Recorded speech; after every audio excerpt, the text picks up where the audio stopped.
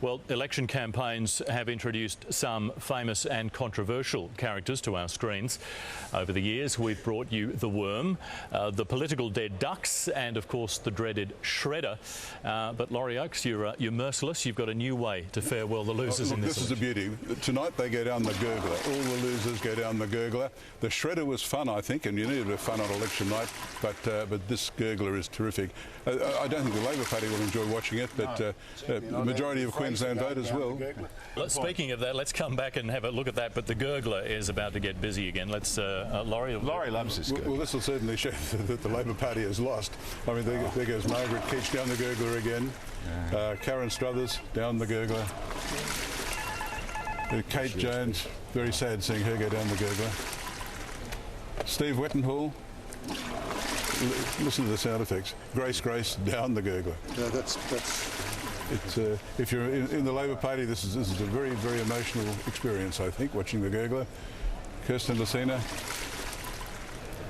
Yeah, Michael Choi. There's a lot of talent there disappearing down the Gurgler. Steve Kilburn. That's Labor's most marginal seat. Jason O'Brien. It's endless, isn't it? Murray Watt down the Gurgler. It's almost hypnotic. Jeff Wilson down the Gurgler. And there goes Rachel Nolan. Well, you know, that's 16.8%, that Rachel Nolan seat. And Wayne went down the Gurgler. Marianne O'Neill. We need to have a look at it. Look, even I'm becoming affected by this. It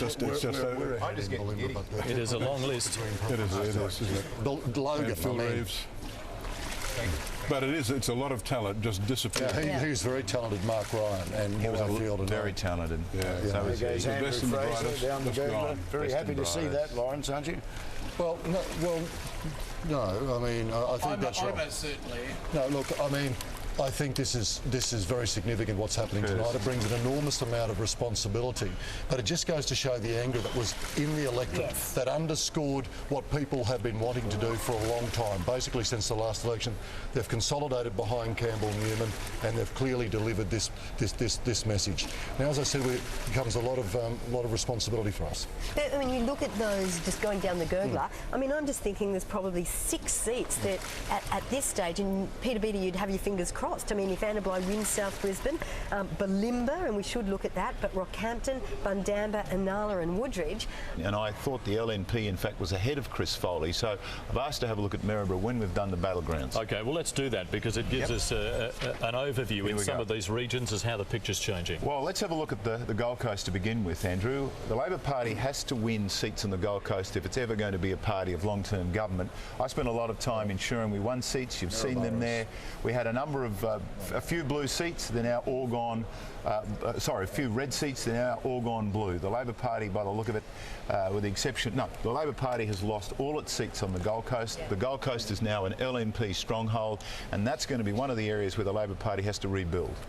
OK, North Queensland, we can zip up there and have a look once again, which is one where you weren't going to see quite as much red in the first place, but there were a couple of keys there that you would be hoping to hang on to, and here it is. Well, here's the initial area. Cook, Mount Isa, you can see the breakouts for Barron River, Cairns, Mundingburra, Thurringau, Mackay, Whitsunday, Townsville, Mulgrave, all strong Labor Party seats. Now look at this. Look at this. I mean, there's not a Labor Party seat in North Queensland. You've got the Katter Party have won a couple. You've got the LNP winning the rest. North Queensland, which has been so loyal to the Labor Party, frankly, has abandoned us tonight. There's not one Labor Party seat in North Queensland. Bob, that's quite a big patch of gold you see there, isn't it? And look, you know, I'm just trying desperately to get figures in Thurringau and Mulgrave. Well, we can go there. They're far from over, but there's only 9,000 votes been counted. Here's the picture, and here's the picture of Brisbane North. Andrew, what you see here is what's happened to the Labor Party. You look at all the red there, which were Labor Party seats, only 2 Liberal Party seats. And now look at the change. I mean, frankly, that's the transition of what's happened. The Labor Party has lost Brisbane.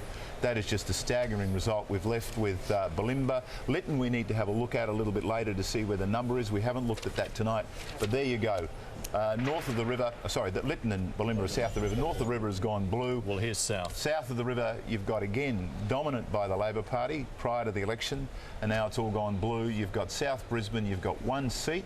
that is basically held by the Labor Party. It's just a devastating result. I could never have anticipated being this bad.